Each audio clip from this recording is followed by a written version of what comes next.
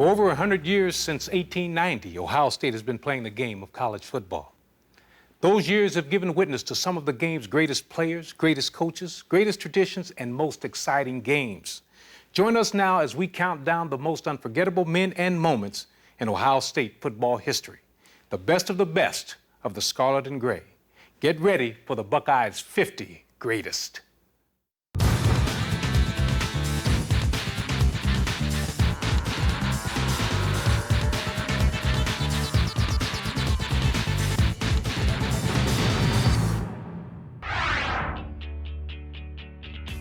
The mid-'70s saw a cavalcade of talent descend on Columbus to play football for the Buckeyes. Yet in those halcyon days of Heisman heroics, only 2 players made All-American 3 different times. One carried the ball, the other kicked it. If I had to pick one all-time punter, it would be Tom Skladany, not only because of his averages and what he was able to do in the real clutch situations, but because of his longevity. Skladany punted and kicked off as a true freshman, but an injury at the end of his inaugural season gave him the boost he needed for the next 3 years. Broke my leg, and my right thigh gained 1 3/4 inches from walking around with that cast. So I became real strong because of an injury. He came in, and he could change the field position for you. I mean, he just did a tremendous job kicking the football. Woody Hayes made Tom the first kicker given scholarship money to play at Ohio State. Skladany paid Hayes back with game-changing punts, out of the end zone kickoffs, and a still school record 59-yard field goal. As a senior, Skladany claimed another Buckeye first when his fellow players voted him captain. I think I earned your respect because they knew that I was going down and making tackles and that I was into all the games. But that is still the biggest honor that they've ever bestowed on me at Ohio State. Enshrined in the NFL's prestigious Hall of Fame, Paul Warfield is widely regarded as one of pro football's greatest wide receivers. But when Paul was a Buckeye, gridiron glory as a silky smooth wideout seemed about as likely as completing a Hail Mary pass. He's a right halfback at Ohio State, and he was the blocking back. It was not the type of system that would feature a Warfield. And when he lined up in the halfback position, it was difficult for us to get him the ball. Woody didn't know how to use it. And it was not Paul's fault. It was frustrating for me. I felt like I could have made a more viable contribution if we did things a little bit differently. But in spite of his supporting role, Warfield's star talent did not go unnoticed by his teammates or by the pros. Paul Warfield could have been the second Jesse Owens. Warfield was probably the greatest football player I've ever played with. Paul's entire career at Ohio State was misused. His talent was so great that he burst out of that and still caught a lot of passes and touchdowns. I don't regret the experience because the most important thing is to win as a team. So the lessons that I learned helped me ultimately to get to the Hall of Fame. The 1979 Buckeyes began their season with a new head coach and question marks galore. Yet in spite of winning their first 3 games, uncertainties remained as they headed to Los Angeles to take on UCLA. We barely escaped from Minnesota with a win. So that put some doubts in people's mind. We had nothing to lose. We had a new coach. We were young at that particular time, but we had a lot of talent. For the first 3 quarters, the new-look Buckeyes played the old-school brand of football Ohio State was famous for. But with just over 2 minutes left on the clock, the Bruins led by 3. And the Buckeyes knew the time had come to make their move. We had 80 yards to go. This is it. We got a 2-minute drill. Let's go. Everybody did everything that they were supposed to do, and they sold out on the field. 5 straight completions moved the offense onto UCLA's doorstep. The 6th knocked it in and marked the onset of a new era in Ohio State football. Paul Campbell. Here's a new coach that's maybe going to use his passing talent a little bit more than had been used in the past. And, of course, it worked out very well because this gave Early's first big win at Ohio State. I think that was one of the greatest games he's ever coached. And that really set him on a fast pace to be doing great here at Ohio State. When the Buckeyes lost star receiver Joey Galloway to graduation after the 1994 season, many fans fretted over who would fill his shoes. Going back. Let it go. But when fleet-footed Terry Glenn emerged from relative obscurity, he stunned the nation with Ohio State's greatest receiving season ever. I can remember people all over the country saying, "Who is that number 83? I can't believe this kid." We all knew how good he was. He had that passing gear. Bam! He turned it on and just run away from him. We started calling him the Messiah because he was so awesome. He was worth 1 or 2 touchdowns a game. Take the other 10 guys on the offense out of it. He was that good that year. I mean, here's a guy that didn't even make all-conference the year before, and the next year wins a Blitnikoff Award, the best receiver in college football. I think he only caught maybe 7 balls the previous year. And you'd be like, man, where did this guy come from? I was like, we knew he was good, but did you see that? But just as Glenn had seemingly come out of nowhere, he disappeared just as fast to the NFL and professional football. Very few fans knew about Terry Glenn, but he emerged in that 1995 year, set several pass receiving records, won the Blitnikoff Award, and then was gone.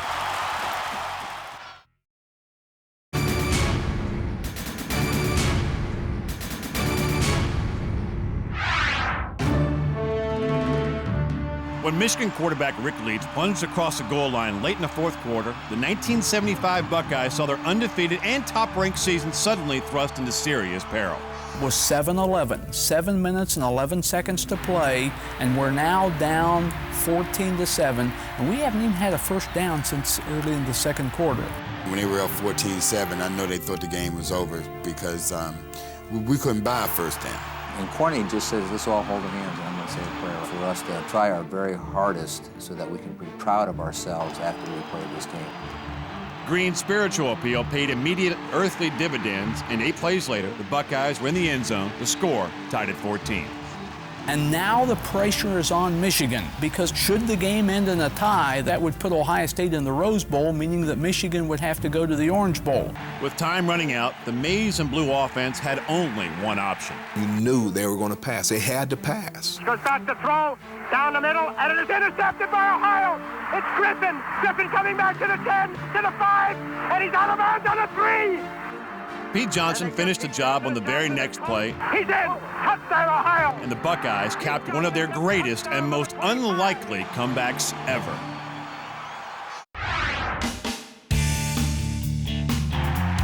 As Ohio State started the 2002 season, few gave the Buckeyes any shot of going all the way. And while defense wins championships and offense gets the glory, the dirty work is done by the special teams. And in 2002, no one did it better than Mike Nugent and Andy Groom. The punting game with Andy Groom was as good as I've ever seen, and some arguments could be made that Ohio State would never have won that 2002 national championship without place kicker Mike Nugent. But the road to excellence was a rocky one for both Buckeye booters. Andy Groom was a walk-on and had thought about quitting the team a couple times, but he stuck with it, and I tell you what, he was a huge part of that season. Nugent, on the other hand, came in highly touted, but failed to find his footing in a frustrating freshman season. He just needed to get his confidence up in the beginning of the season, and I really do believe if we didn't have him, we wouldn't have won the national championship. 23 straight field goals by Nugent and continuous clutch punting by Groom made both of them All-Americans and key ingredients in a season that became famous for heart-stopping heroics and nail-biting finishes. Just like when the offense starts to roll, just like when the defense starts to roll, those guys get confidence and momentum too, and there was no turning back.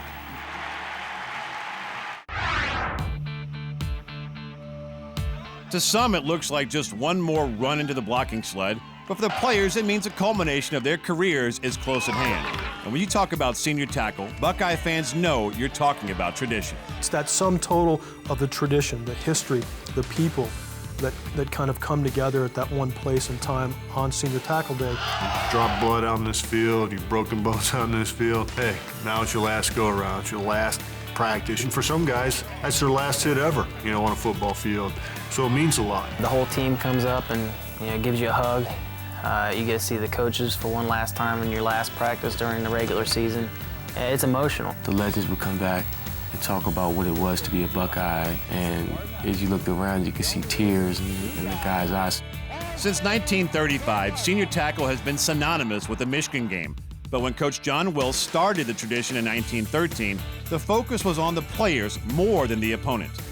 The last game that year was against Northwestern. Dr. Wells thought it would be very nice if all of the seniors on that year's team would take one last ceremonial hit on a tackling dummy, getting ready to play their last game for the Scarlet and Gray. It's a great tradition, just a great tradition, and it's just something that kind of says some finality to your career.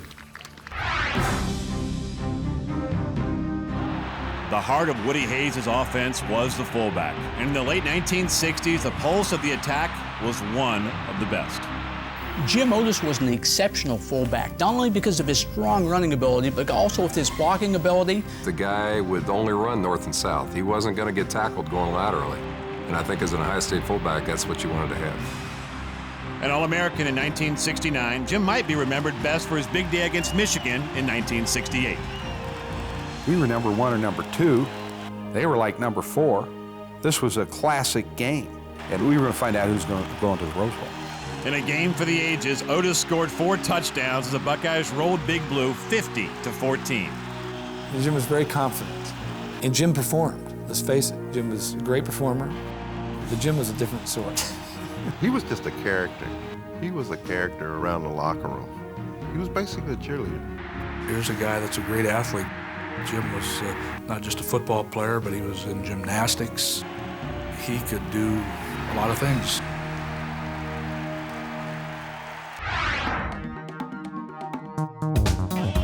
He was a heat-seeking missile with a flair for the dramatic. And when opposing players met Mike Doss, they rarely walked away with their senses intact. He's a hard-nosed player. He comes out every week, and he's a big hitter. He's a superstar. He's going to make big plays.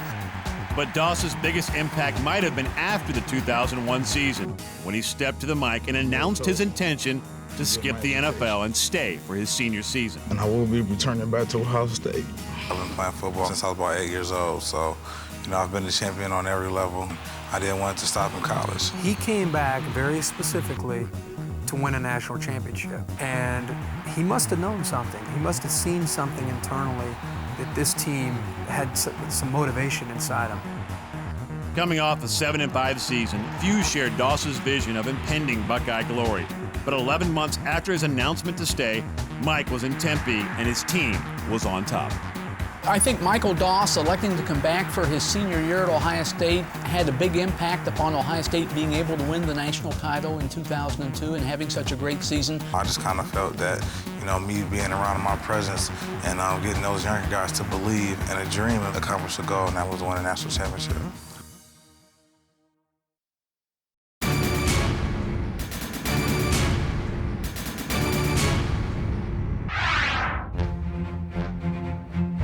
Stocked with a slew of the nation's most heralded high school stars, Ohio State's 1967 recruiting class came to Columbus highly touted with high expectations. We had 11 high school All-Americans on our freshman team. So we had a lot of credibility. Even the doubting Thomases were beginning to say, here's a team that could go all the way. Those high hopes came just in time for an Ohio State program on the verge of melting down. Ohio State, when we showed up, was on the ropes. In 1967, they were hanging Woody in effigy at the corner of 15th and High. We just wanted that chance. And I know it had to be tough on Woody and the staff because they knew what they had. After biding their time, waiting to become eligible, the now dubbed Super Sophomores finally took the field. Behind their power, the 1968 Buckeyes shocked the nation, going undefeated, claiming the school's 4th national title. By the time their careers were complete, the class of '67 had posted an overall record of 27-2, still the best 3-year winning percentage of any Buckeye class. The freshman class of '67 was one that I don't think we've ever had. On October 29, 1994, Ohio State suffered one of the school's most humiliating defeats ever at the hands of number 1 Penn State. It was a nightmare. Just nothing went right for us. Got beat like 64. Yeah, I don't even want to say it, it was so miserable. Definitely a black day in Ohio State football history. 1 year later, the Buckeyes returned to the scene of the crime, eager to reclaim their honor from Joe Pa's Nittany Lions. I think we all took it personally. We got beat like that. And when you get punched in the mouth like that on national television, You know, we were pretty pissed off, and we had a lot to fight for. The fight was a heated affair that boiled down to one last clutch fourth quarter drive. With less than 2 minutes to play, Eddie George hit pay dirt and exorcised any lingering demons from the 1994 massacre. And coming back late in that fourth quarter was just very satisfying, leaving that place. I think we showed people pretty much what we're made of. A huge win to go into Penn State and all eyes are on you, to go in there and perform and pull out a victory. So 1995, when we go into Happy Valley and we beat Penn State, to me, that is by far the greatest revenge game that we ever played.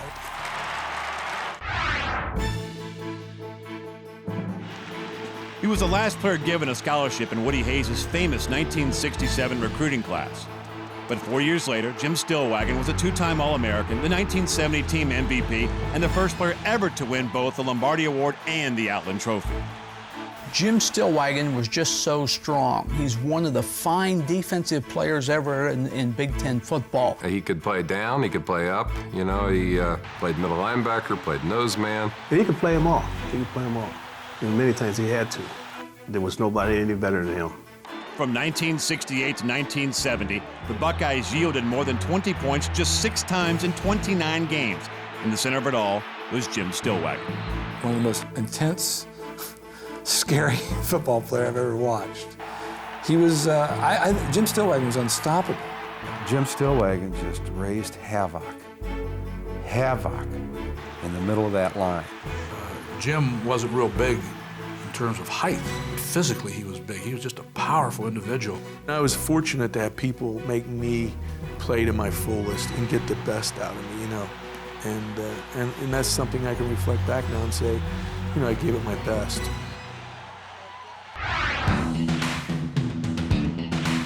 With 2 offensive stars finishing in the top 4 in the Heisman Trophy voting, you'd think the 1973 Buckeyes were carried by its offense.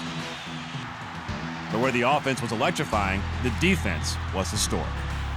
Ohio State's defensive team only gave up 43 points in the regular season, including a span where Indiana scored 7 points on them, and that was the only scoring done within a span of 5 weeks. What a great, great defense. I don't know if there'll be another one put together like that again. Our opponent's yards per game was less than 100. So that was a great defense. With All-Americans on the line, at linebacker, and in the secondary, the 73 Buckeye D left few options of attack for opposing offenses. That defense was going to hold people. They weren't going to score many points on our defense. I mean, that was for sure. We're talking about some names like Colsey and Fox and Cusick, Gradishar. It was just unbelievable to watch him play. It was really exciting that year. We had it all going. We just had a special blend of players, and there was such a chemistry and a bond between the coaches and the players. And I just think that when you have that unique blend, positive things are going to happen, and it was reflected in our defense.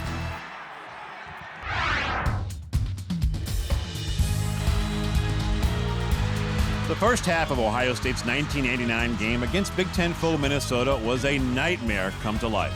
Touchdown Gophers! We had fumble snap from centers. The kicking game was awful. The crowd was in the ball game. Anything that could go wrong happened in the first half. Things hit rock bottom when quarterback Scott Schaffner hit receiver Chris Gators to put the Gophers on top 31-0. Okay, this is where we're at. It is 31-0. You're one of the guys that got you in this hole. What are you going to do? The Buckeyes responded with a touchdown drive at the end of the half, and a 2-point conversion sent them into the locker room down 23. 23 points sounds like nothing when you're already at 31. And to have that little bit of momentum is critical. That momentum carried into the second half when the Buckeyes scored on their opening drive. Another score followed, and all of a sudden the tables were turned. Touchdown! We got the ball to start the second half, and bam, bam, bam. They started to get on their heels a little bit. We started to push, and you could sense that, boy, if we just have enough time, it's going to happen. With time running out, what once looked like a horrifying nightmare became the impossible dream. Ohio State came back and won that game 41-37, and that tied an NCAA record at that time for the greatest comeback in all of college football.